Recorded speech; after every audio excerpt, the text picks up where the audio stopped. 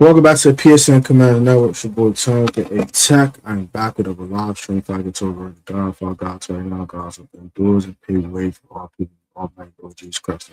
Today we are here with Washington Commanders. Before I get too far into it, quick verse of the day. We're going to get right into tonight's festivities.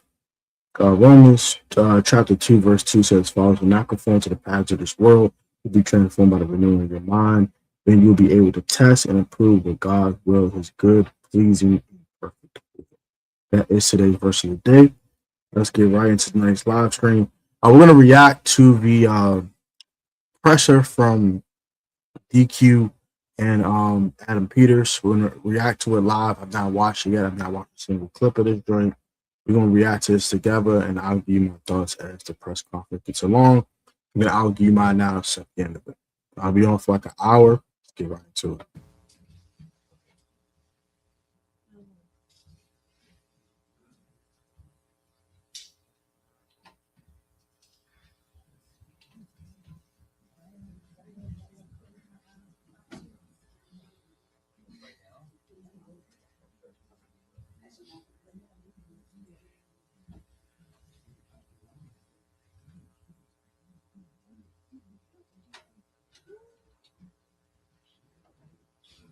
What's up, everybody?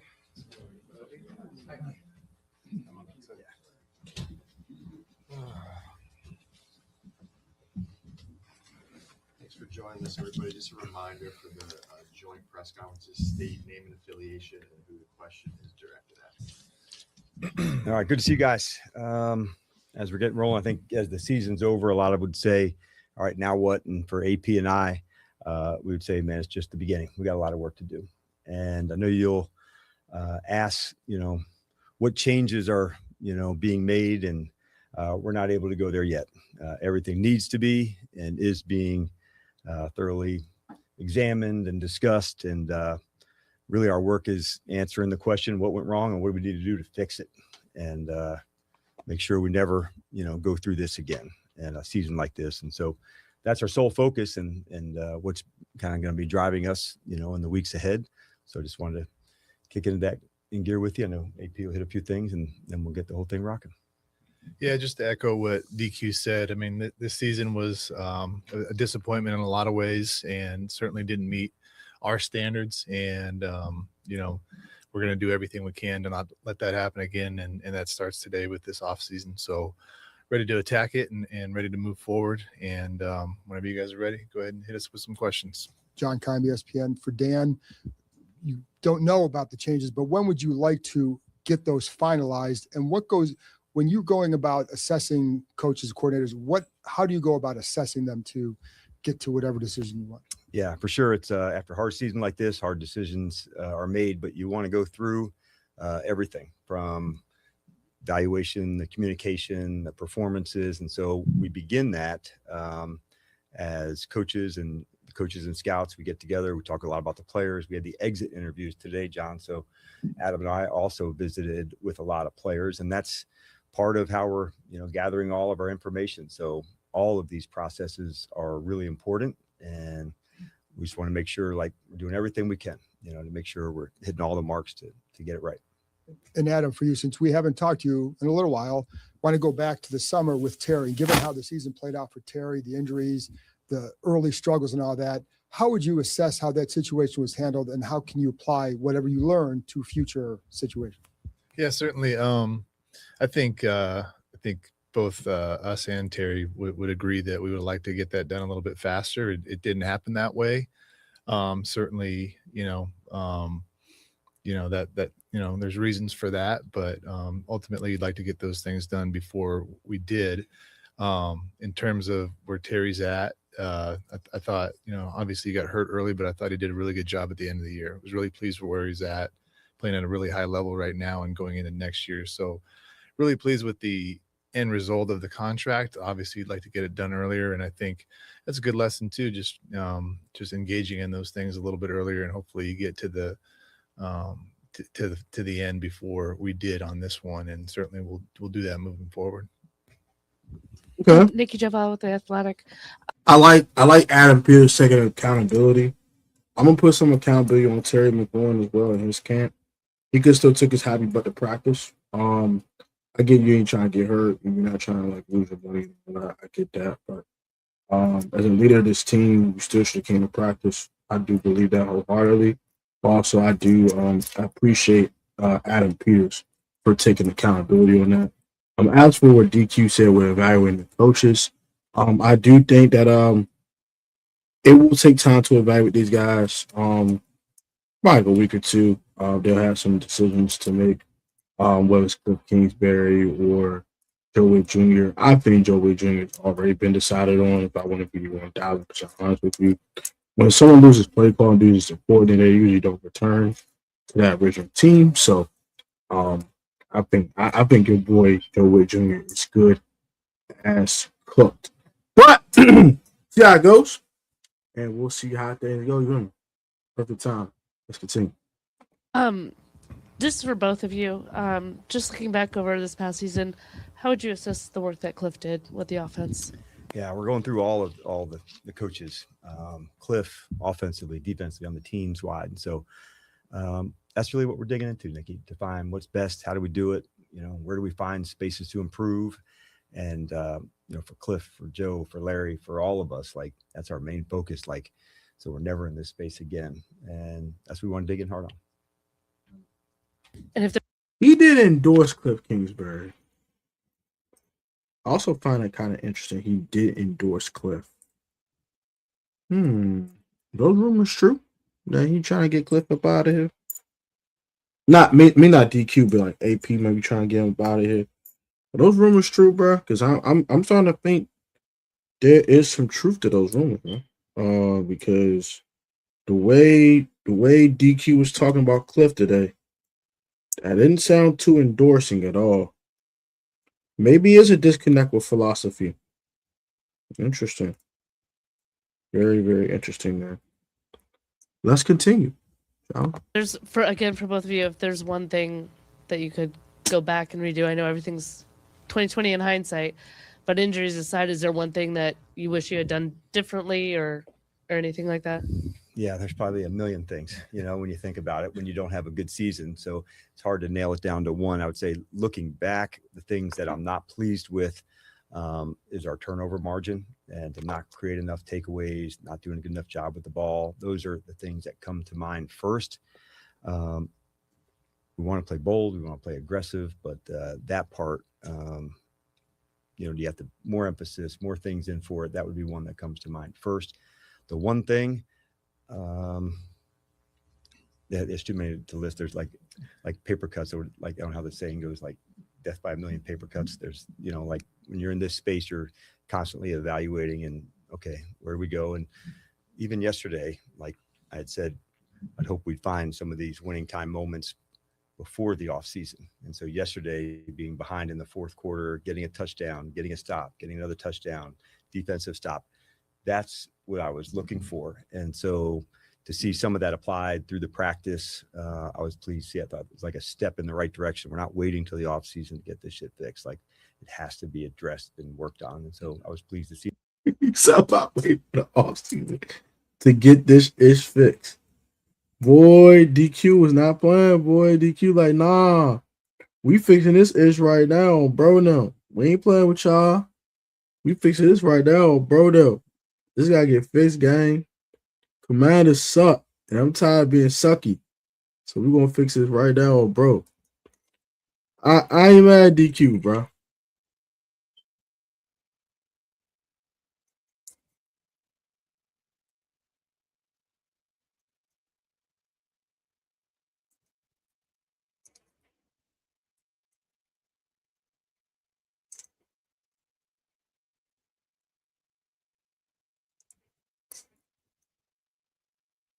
That no matter who is in.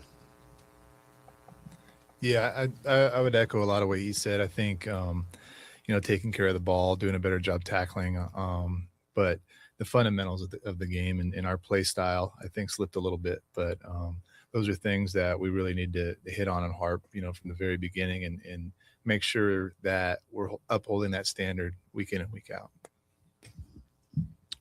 David Aldridge with The Athletic. Adam, what do you think needs to be fixed on this roster?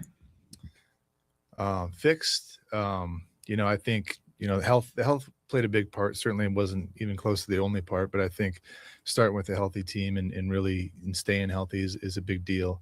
But I know there's, I feel really good at some spots, but there's certainly a few spots where we can improve and get young, really, fast, exciting, explosive talent. And that's what we're doing right now. Woo! We're working on the Okay. draft. Okay. That's what I'm talking about. Young, fast, explosive talent. Okay, AP. Got a set of draft meetings coming up next week, which I'm really, really excited about. Got the scouts all showing us their reports and identifying some guys. We have a high pick, which is something that you don't really want if it's your own pick, but we're going to take advantage of that and try to find a young, explosive playmaker, wherever that may be. Specifically on the defensive side of the ball, what are you going to be looking at in attacking? I think there's a lot of spots I think where we can look at. I think certainly another pass rusher would be something we'd definitely be looking for, whether that's the draft or free agency. I think we have. See, AP is speaking the gospel right now. That's what I'm talking about, AP. A lot of good options in both of those areas. Liam Griffin with the Washington Times. For both of you, I know you're not ready to address potential coaching or personnel changes, but when you're looking at adding coaches or adding coordinators to the staff, what kind of traits are you looking to prioritize in that process? When you're putting a staff together, like prior to coming here, Liam, you wanted to, one, it's the talent of the coach, but also the fit. And it's not a hell of a lot different than, like from Adam's side and a player to adding it to the group. You've heard us talk about commanders, and it's really no different on that side. It's the fit, it's the talent. What do they bring that's unique? And that's a great question, man. But somebody communicate, collaborate, has unique skill set to teach. I think that's the number one top of the pile when you're teaching.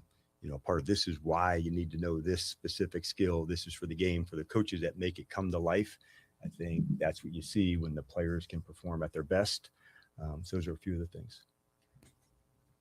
And for Adam, you guys were the oldest team in the league by a snap weighted basis this year, and you're coming into a season with kind of limited draft capital. So how do you go about, returning the 30 pending free agents and getting younger while trying to maintain a sense of continuity? Yeah, I think that's something that's been talked about a lot, and I think fairly in a lot of aspects. But, I think you're always trying to get younger and faster, and I think that'll be a big emphasis for us this offseason. I hear the speed coming around the corner. That's awesome.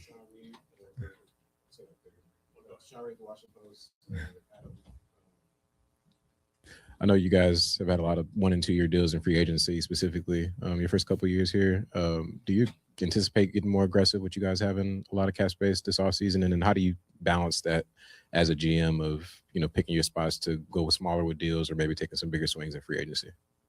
Yeah, I think a lot of it has to do with the opportunity and the specific players. Like I think with certain players, when we got here, we did a little longer term deal, three-year deals. That we haven't done much more than that, except for extending our own guys. But I think a lot of it depends on the player, the opportunity, and just how they fit. There's a lot of risk, I think, in free agency if you don't have a ton of familiarity with that. And in the past, places I've been, the biggest mistakes we made were investing a lot in a lot of years into a player you don't really know. So I think there's where you carry a lot of risk in making a big mistake. So we'll look at everything individually, but I don't think any of us have any aversion for doing the long-term deals. It just depends on the player and the situation. Okay. With Washington Post, Adam, is there a way to come up with kind of a long-term plan to keep Jaden upright and make sure he plays 15 or 17 games rather than 7? Is there a way? I think really, and this might be a better question for DQ, but from me, I think is just continuing to, from my, from a personnel or GM perspective, is continuing to put good players around them.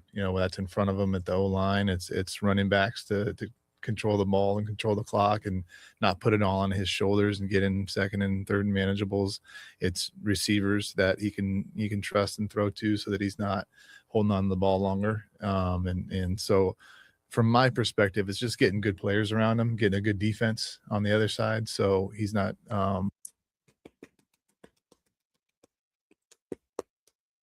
I might not listen to this whole daggone thing. I think he said what needed to be said. Edge rusher was the number one priority for this team in the offseason. It will be the number one priority. Just getting good players around him. I'll have some more mock free agencies for y'all as well. But yeah, it's just this is music to my ears, bro. Like this needs to happen, fool. it's not all on his shoulders to win the game. So DQ can probably talk more schematically, but in terms of from me, I think those are the things that I can and need to do to help him out.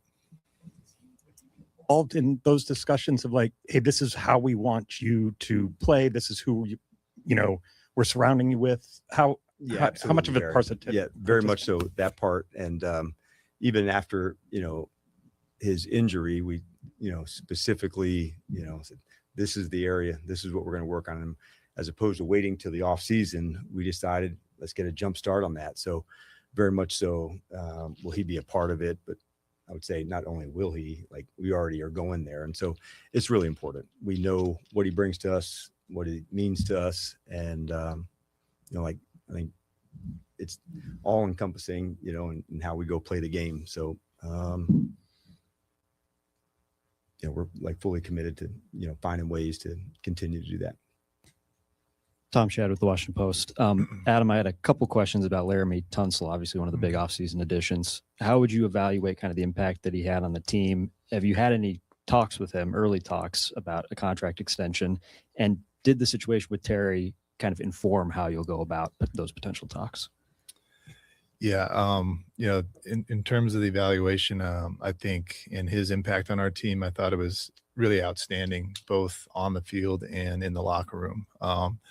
He's a great leader. I don't think, and he's not really upfront about it, but he's an outstanding leader. He's an outstanding mentor to the other old linemen. He's a really good teammate, and in a lot of ways that you don't really see because he's not looking for attention, but really just it's been really, really awesome to get to know him and to see how he goes about his business. Incredibly hard worker. And then on the field, I thought, he was one of the better left tackles, if not the best in the league. He didn't get recognition for the Pro Bowl, which I was disappointed in, but you look at the I love that he pointed that out. I love the fact that he said that. I think Laramie Tunsil is one of the 4 or 5 best left tackles in football. I completely agree with AP. You can argue he's number one. You can make the argument. He was phenomenal last year. In this past season, I think he was phenomenal. He didn't allow a ton of pressure Jaden's way. Didn't allow him. I think he would allow 2 sacks all season, something like that. I think he was absolutely phenomenal on that left hand side for J5. So, completely agree with him. Metrics, he did a great job. So, that's all to say that we've had constant communication. He's self-represented. But he has a team around him that we have constant communication with and had throughout the year. So I think what I can say is we definitely want to get something done with him, and sooner rather than later. Scott Abraham, ABC7. This question is for both of you. I think the big question fans want to know here is, how do you go from a team that was 1 win away from going to the Super Bowl, and injuries aside, because every team goes through injuries. So how do you go from a team that was 1 win away from going to the Super Bowl to 5 wins? Like, what happened? Like, how can you do some self-reflection and aside from injuries? Yeah, we're digging that as hard as we can, Scott, honestly. So we will never be in this, situation or have a season like this again. So many factors to say, how do we play it better? How do we coach it better? How do we live it better together?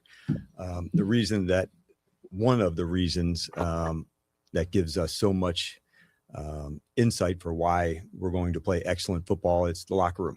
And when you go through, a terrible season, you find out a lot about guys, and you've been in the locker room, you've seen how tight and connected these guys are and how hard they want to fight for one another. So in the midst of a terrible season, I know that part is right.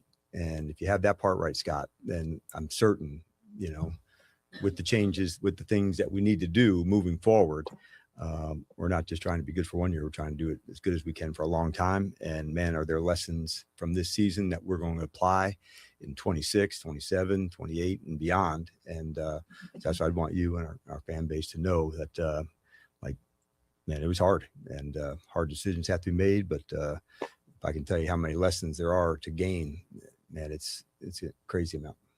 Adam, anything to add? Yeah, I mean, I would echo a lot of what DQ said, but obviously it's not just one thing. It's not just the injuries. It's not just this. It's not just that. But going through a season like this, which is terrible and certainly not even close to our standard, like Q said, that there's a lot of lessons that we learned and a lot of lessons we'll apply moving forward in terms of, myself, just the decisions that I make on a daily basis, the decisions that we make in terms of our roster construction and all those different things. But we look at everything, and it's a good time to reflect, and we'll have a lot of time this off season to really dig into all of that. We've looked at a lot throughout the season, but really can get together and say, what can we do better? And that's looking at everything, every single thing. And Adam, I want to quickly ask you about the tight end position. Obviously, Zach's future is kind of uncertain right now. You're looking at the tight ends on the roster.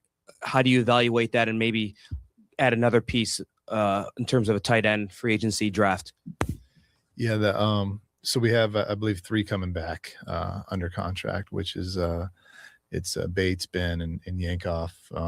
Kager's on the practice squad, and then obviously we lost Zach, which was a big loss. Zach's a Hall of Fame caliber player who was really, really excellent in the pass game. So I think just depending on how Zach comes along and coming back, I don't anticipate him being ready at the beginning of the season. But so you look and to develop and really utilize those 3 guys' skill set. And I think they're all really good players in their own right.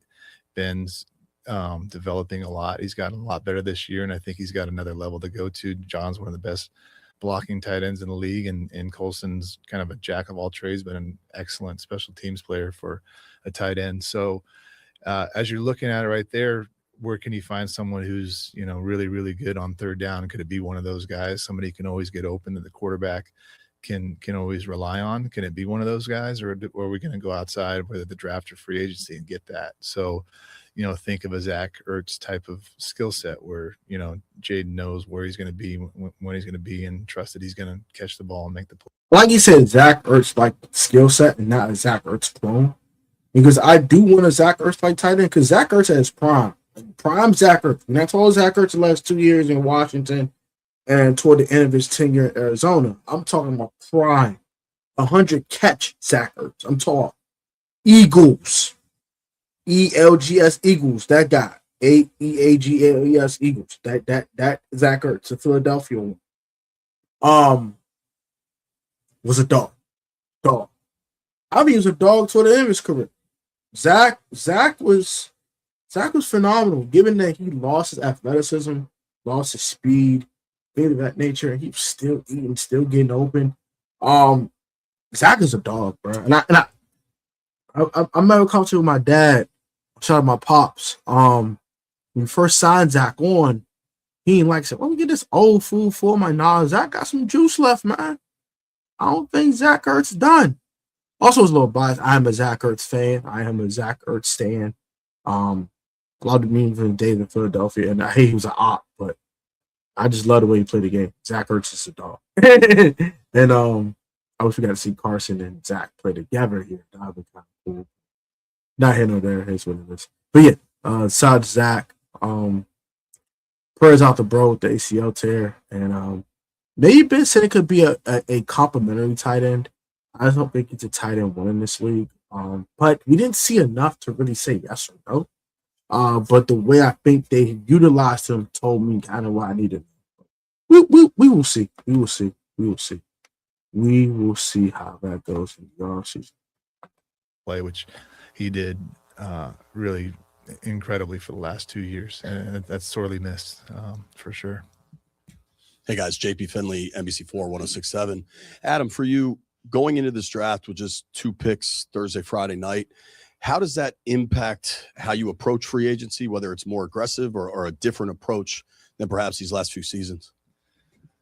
I think you always want to look at the overall landscape with the draft and free agency and understand where the strengths and the weaknesses are and use those to your advantage in terms of where you're going to really invest in one or the other. Obviously, free agency comes first, and then I wish it was the other way around where you draft first and you supplement with free agency. That's not the way it works though. But with only having, one pick, like you said, or we have two. Yeah. Sorry. We don't have a second or a fourth, which, actually very happy that turned out that way with Laramie. I think I would do that one all over again. But obviously we have a top 10 pick, which you could look to. Say that again. I don't have a second and a fourth round pick, but I would do it again. I would do it 10 times over. Laramie Thomas is a dog. You heard your GM. Oh, we should trade for Larry Tender. Maybe do that. Shut your mouth. We got a top 5 left tackle in football on our football team. Because our GM know what the frick he doing, bro. Stop questioning my general manager, bro. Stop playing with AP, bro. All right? Don't play with AP, bro. Don't play with AP, bro. AP know what he doing, bro. And does AP bat 1,000%? Does he hit 100% from the floor? Is he perfect? Is he Jesus? No. Is he falling short of the glory of God? Is he falling short of the glory of being one of the best GMs in football? Yes, bruh. He ain't perfect, bruh. But I do think he has been more right than wrong with his decisions in Washington. And we need to shut up and let GM and be cool with the results, bro. Johnny Newton went from 2 sacks this year to 5 sacks this year. Yes, he had the 3 sack game. Ben Sinnott went from 6 catches this year to like 12 catches this year. Now, do I want to see more from Ben? Yes. Do I want to see more 2 tight end sets? Yes. Is Cliff the answer for that? I don't know. But I do want Ben Sinnott more involved in this offense. I think Ben Sinnott does have a skill set and has not been utilized correctly, and I want to be utilized correctly. I think that's on Cliff Kingsbury. I think some of these other young guys, Mikey is struggling in coverage, but what he had done, he's taking the ball away.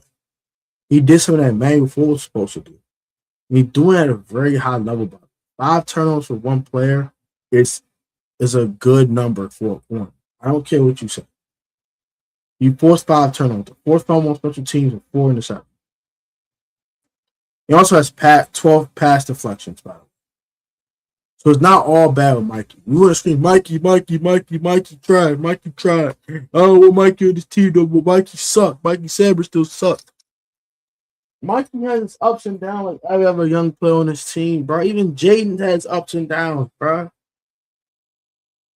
We need to trust our GM, but more importantly, I need my coaching staff to develop these players correctly and put them in position to succeed. And if the certain coach cannot maximize all the talent on their side of the ball, he must go. I'm talking Joey Jr. And if Cliff Kingsbury can't also do the same thing, then I'm going to start questioning him, and he might have to go too. But as of right now, the one guy on this coach that has to go right now is Joey Jr. But let's continue. I'm glad that Adam Peters said he would do the trade all over again. I'm tired of hearing y'all saying that nonsense and crying like a little baby like some children. So I'll give him a note. To move and get more picks if the opportunity arises. But certainly I think every offseason, no matter what your picks are, what you have, you're always trying to maximize both the draft and free agency, getting guys that, you might not be able to get in the other one. So if you're going free agency, it's super heavy at one position, maybe you go there, and then the draft, you go elsewhere to fill those needs. Sorry, DQ, that all the questions are for Adam, but we get to talk to you all No the worries, time. man. You guys talk about your comprehensive approach a lot. Adam, I'm curious, what's your role in the coaching staff decisions? I'm really just here to support DQ. The coaching staff is DQ's, and I'm always here to help, like during the season and off season, however I can, to help support him and help him make the decisions that he needs to make, and certainly wherever he needs. So it's not, I'm not involved in whatever decision it is. It's always DQ's call, and I have his back on whatever he wants to do.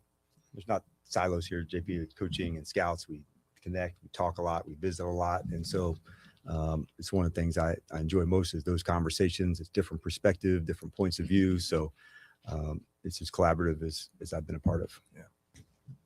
Good evening, gentlemen. David Harrison, WSA 9. Coach, unfortunately, I do have a question for you.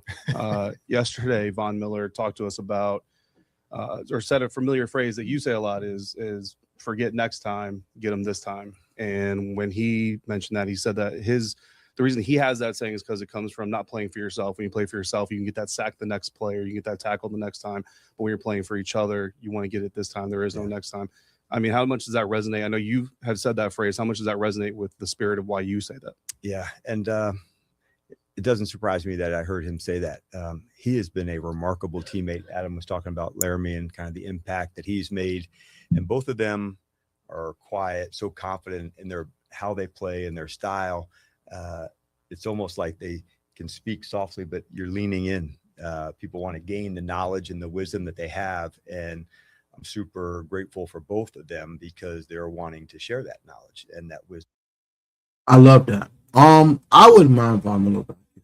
I know you want to get younger, faster, explosive. I think you can do that. I think you can do that overall. Having one legit veteran in the room in every room is not a problem. Like, I think having Von and his experience helps with doing Armstrong.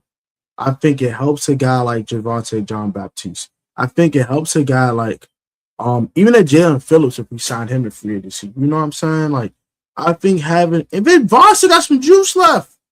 Von ain't trash. Von ain't trash, y'all. Bro just had 8 sacks this season. Quiet 8 sacks. There were 8 sacks.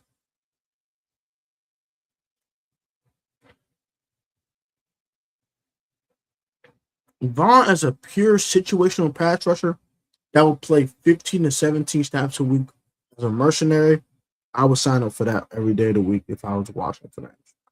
And as a veteran player, you can imagine the impact that it has on the younger ones. And even one we're calling younger, I'm saying been in the league a shorter amount of time.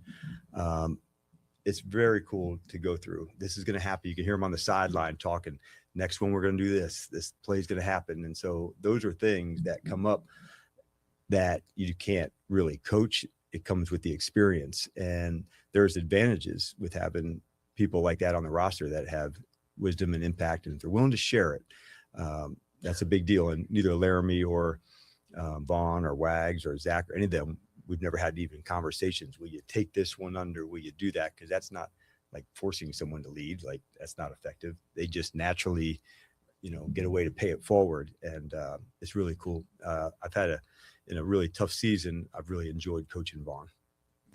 And AP, as you get closer to draft weekend, is there a point in your process where, as you guys are building like your top 100 list or however you design your board, that you get the coaches involved and kind of say like, hey, we really like this player because of these traits. How do you think he would fit into what you're trying to do as a coordinator?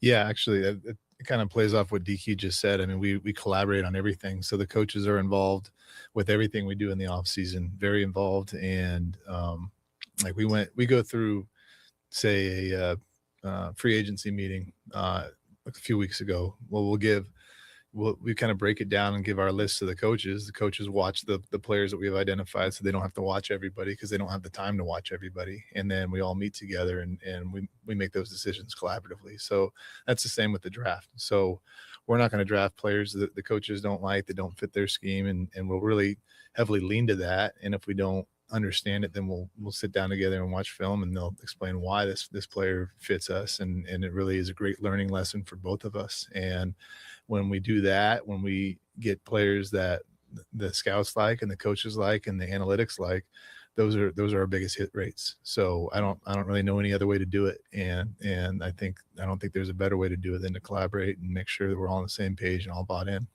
Just recently, the scouts were here on some meetings and just, have a team meeting and you see all of them in the back. It kind of speaks to everybody doing it together. Everybody's tight in the room. And so having the scouts here with the coaches, with the team, I think that's a perfect example of how we, kind of mesh everybody together. Like, here I am looking out at players and coaches and scouts, and, in the team meeting Wednesday and Thursday and Friday, as they were, took a break from their meeting to come into the team meeting. This is how we're going to go win. This is how we're going to go attack it. So I liked them being all in our meetings the week they were here. Mitch Tischler, Mighty Mouse Sports. Dan, for you, in your head coaching career, you've kind of done it both ways where you've been both head coach and DC or had somebody that you can delegate to. Is it on the table that next year you would stay in the same role that you kind of finish this season, or you think it's better as a head coach to be able to delegate and kind of be big picture? Yeah, it's a good question, Mitch. I think what I've learned is make the best decision for what the team needs. And so as we're going through this, man, a lot to gain through these exit interviews, where we're at. And but that's really where I'm at. I'm not into that space yet. I'm definitely doing this. I'm definitely not. What I do know that I'll be heavily involved, one way or another. And that's part that I do enjoy. But yeah, I think I'll keep an open mind, as I'm going through the next, parts of the process. And you've hired a couple different staffs throughout your career. How do you balance going after coaches and personnel folks that versus guys who might be able to bring in kind of new ideas, different ideas to a team as a whole? How do you balance kind of? Yeah, I think you want to always have like a contingency planning system ahead for when, changes are made. And so you want to think about those people who are fresh, who's, on ideas, who's within your own, building that knows statuses to go. And so you keep that in mind. But you're always just kind of, watching and learning and growing, and you have to adapt. And some of the things that were effective, 10 years ago, 5 years ago, evolve and change. And it's kind of one of the fun parts of coaching. And through the years, I've met some fantastic coaches that I didn't know before. And, one that left this year was Tavita. And so when I got here, he was somebody that I wanted to hire and to be here. And so, man, I'm super grateful. I learned a lot from Tavita. And that's just like one small example amongst others, a Bobby Ingram or others that, I may not have known or I've known of them. And then to actually, go shoulder to shoulder and a couple. I learn from other people too. Hope he learns better clock management though. That's something I did not like from DQ this year. And also, I hope he learned that all these games count, man. We can't afford the most small mistake. We gotta be locked in. We gotta make plays. We gotta win games. And I think DQ will be more locked in than ever.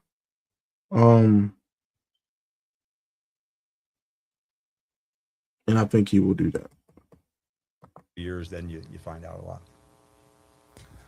Ben Standig with the Team 980 and the Last Man Standing. Adam, for you, with regards to the wide receiver room, going back to the spring and summer, obviously in an ideal world, you have Terry, you have Debo, and you have Noah Brown, but you have Terry holding out early on. Noah gets hurt in minicamp, misses all of training camp, and both those guys were out. At what point did you just look at that and think we still have enough depth? Because from the outside seemed to be a wonder as to what would happen, and obviously those guys were out a lot of the year.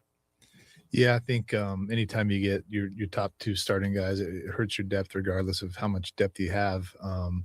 Certainly, we're always looking for help. We're always looking to get every room better.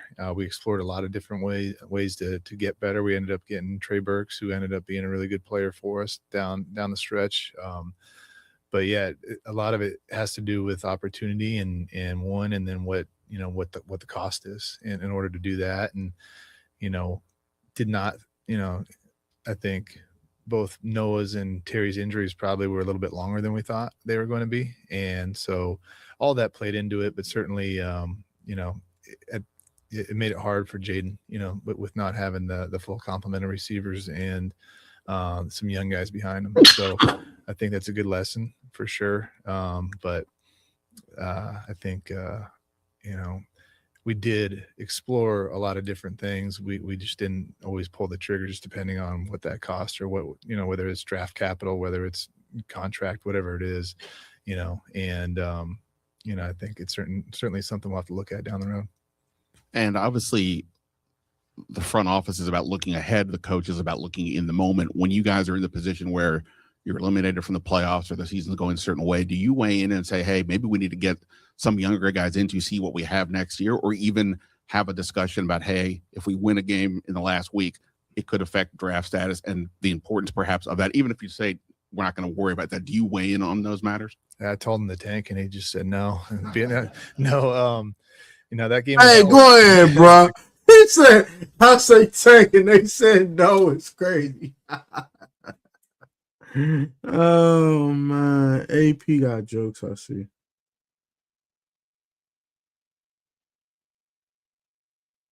The game was important for us to win, so I'm really glad we won for a lot of different reasons.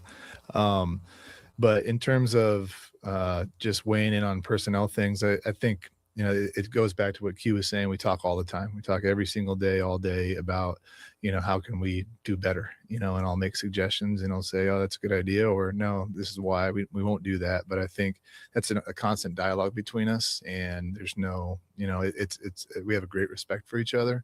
So if I ask a question, he knows where it's coming from, and it's not coming from a bad place. It's either coming from trying to get information or just understanding. So, but yeah, we're always talking about that, every single week, regardless of our record, always trying to, sometimes I have ideas that I think are good and they're not. And he'll tell me why. And then sometimes they are good. So I think that's a healthy relationship that we'll always have. And I hope that, we'll continue to have.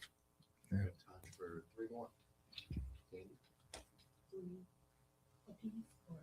I'm messing with you. Good evening, Candy Waller, Bowie TV. And this is for both of you all. When you take a look at your draft classes, so last year and this year, how well do you think they're doing? Are they right where you think they would be right now, or have they exceeded expectations, or not so much? I can start, Candy, on that.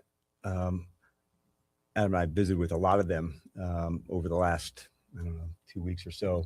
And I love some of the trajectory that some of them are on. The belief that we have in them is so strong.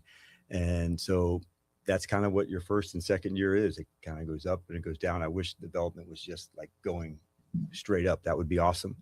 But what I can say is, like, we've got some really, really good, strong foundation pieces of what we're building that are commanders that play it the right way. And like, to see them develop and grow, like, that's one of the things I love the most about our team and where they're headed.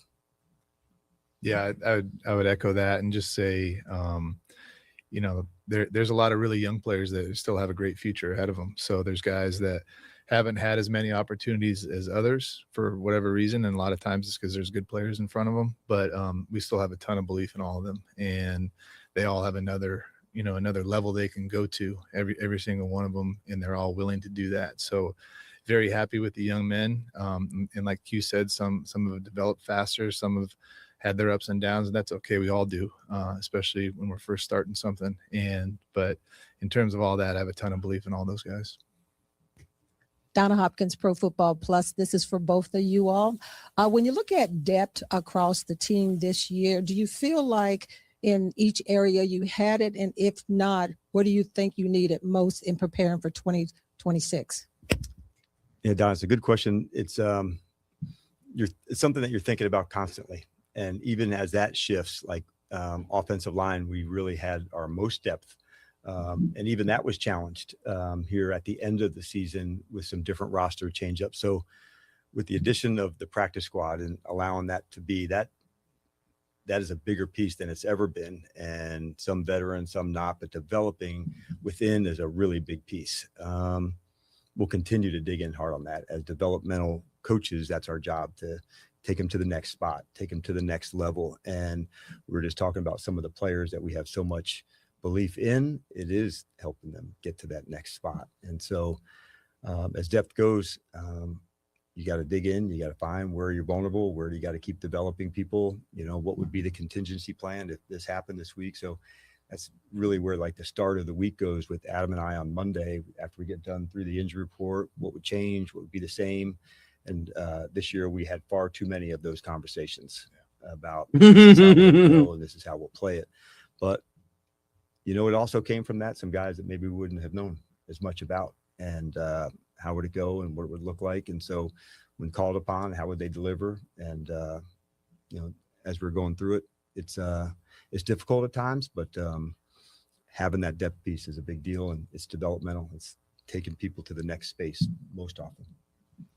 Yeah, it was certainly challenged our depth this whole year. And, really, first I would say just great job by our personnel staff, because every Monday was a challenge in getting the guys in that we could just to play.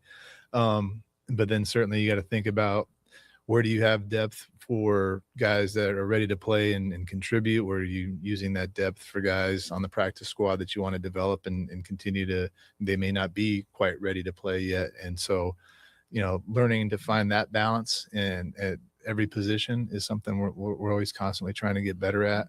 But yeah, we were certainly challenged this year. And I think, finding the balance of getting enough players that when you're really decimated at a position to get out and get you out of a game till those guys get back. That's certainly something we're going to look into. Hey guys, Zach Peerless, CBS Sports. This is for Adam. This is going back a couple years for you, but you were with the 49ers in kind of an eerily similar spot where you had a breakthrough year. Then next year there were some injuries kind of across the board, kind of fell back, and then you guys got right back to it. Does this situation remind you at all of that one? And what lessons did you learn of being able to build and have that roster right back after kind of that one down year following the breakthrough?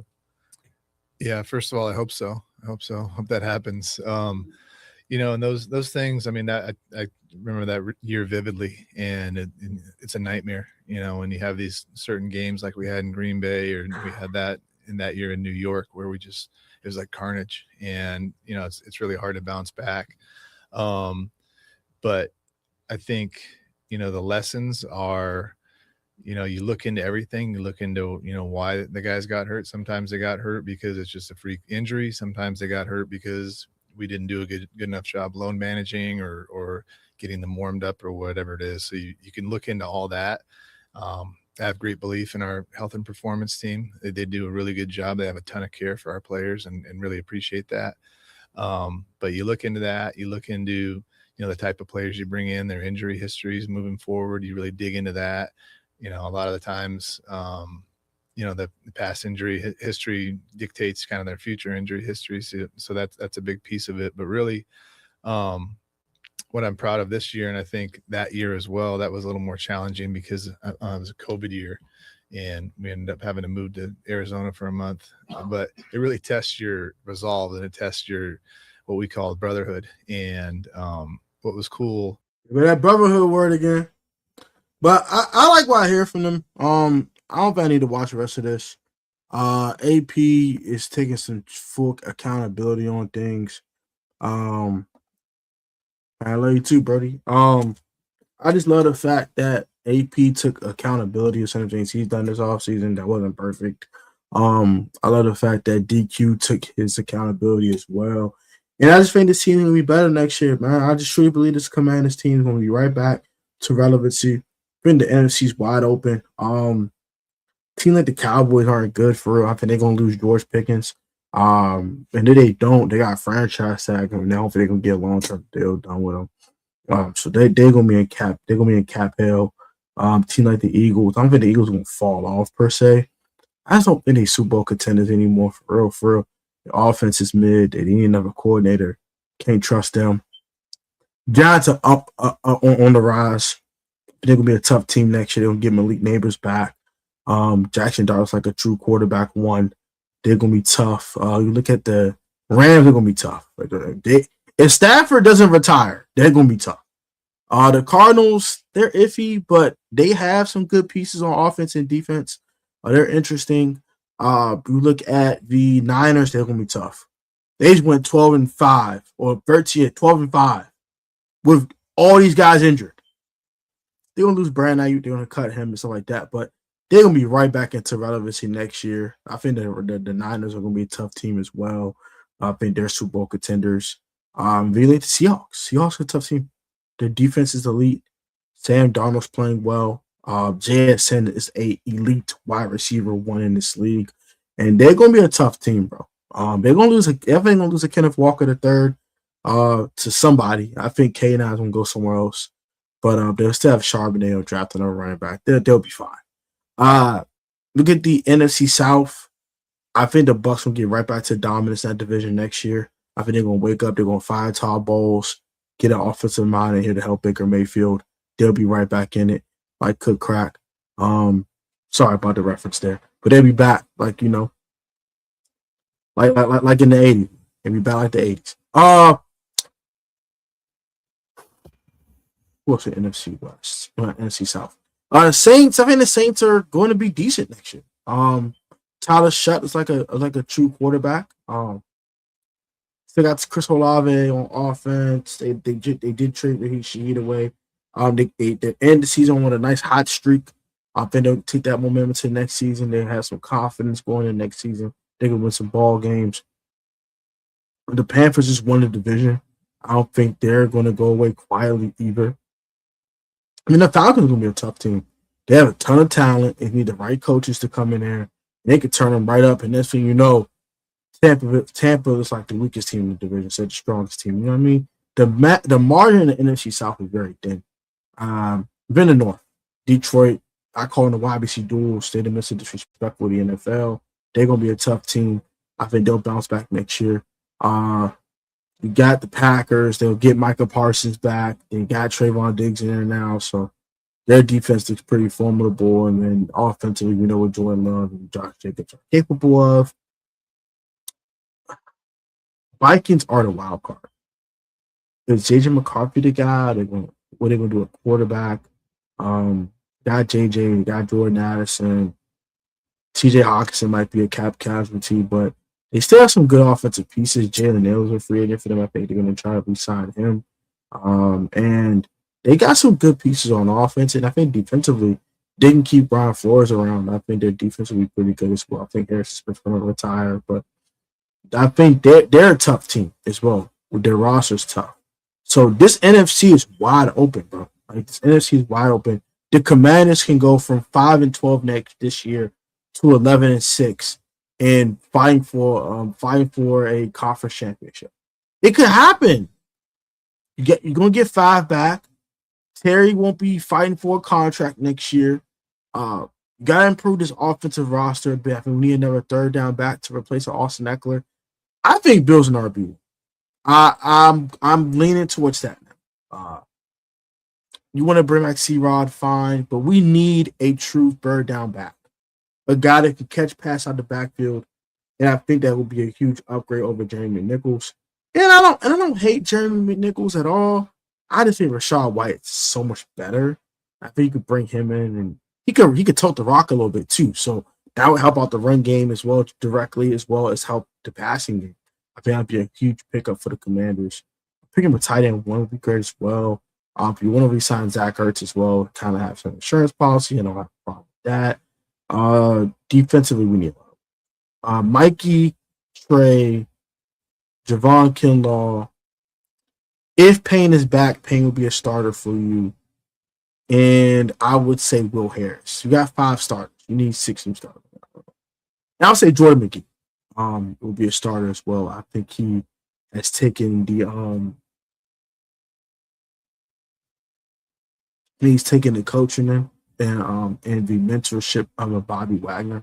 I think he's ready to take that next step to be a starting linebacker with the green dot. So you'll need about 5 new defensive starters. Yeah, probably at least 4. Bare minimum 4. If you want to count Dorrance Armstrong as a starter when he comes from the ACL tear, you can count him as well. So you've got about 6 defensive starters next year. You'll need 5.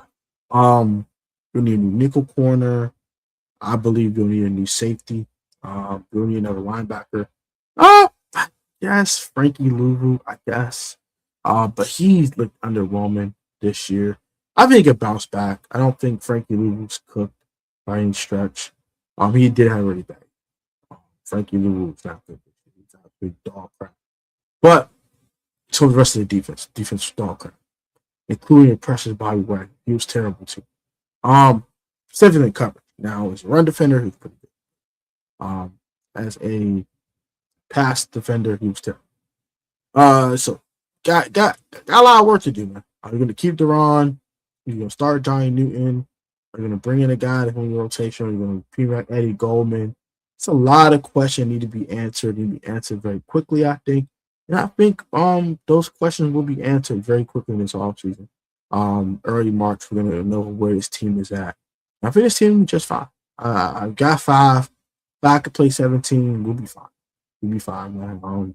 Just tough. Jaden Daniels covered a lot of weaknesses on his team in 2024, and they got exposed this year. That's okay. That's okay. But now we know what the weaknesses are. We need to attack them and we need to fix them.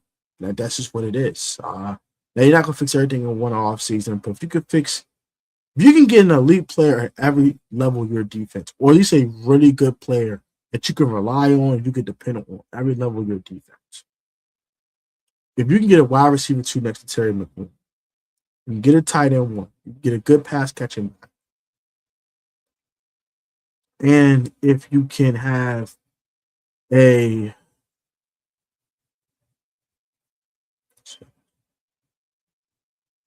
if we know Benson is a tight end 2, and we know John Bates the best blocking tight end in football, we'll be fine. We'll be fine. We'll be fine. We turn the ball over less, run the ball better, get more aggressive on 4th down, score more points. We know we have a kicker in Jake Moody. Yeah, get it. He missed a 24-yard field goal there. Don't give a crap. He made a 56-yard and made up for it right away. So, got our kicker. We're fine. The Commanders will be right back in it next year. I think this roster is not the best roster in the world, but Jaden Daniels is an elite quarterback. In year 1, it covered a lot of the weaknesses on the team. This year, he didn't play as well. He didn't play as much. Obviously, only played 7 games. In the games he finished in, he played very well in. The games he did not finish in, he did not play well in. So that's just what it was. And Jay will be just fine. I think Jay will go back to the drawing board. You go back in that VR, learn things he didn't learn last year, learn how to tap the blitz better, learn how to let the ball go quicker. I think that Cliff Kingsbury going to kind of evolve his offense. He is back, and we'll go from there. Come on. I trust Adam Peters. I trust Dan Quinn. I trust the process. I trust his front office and his coaching staff. And I believe in my team. I believe in my team. I have a pretty belief in my team that they're going to bounce back next year, and the Washington Commanders will have a pride that we will all be proud of. Like, comment, subscribe, comment your thoughts. I'll take it easy. Love you guys. And I'll catch y'all on the next one.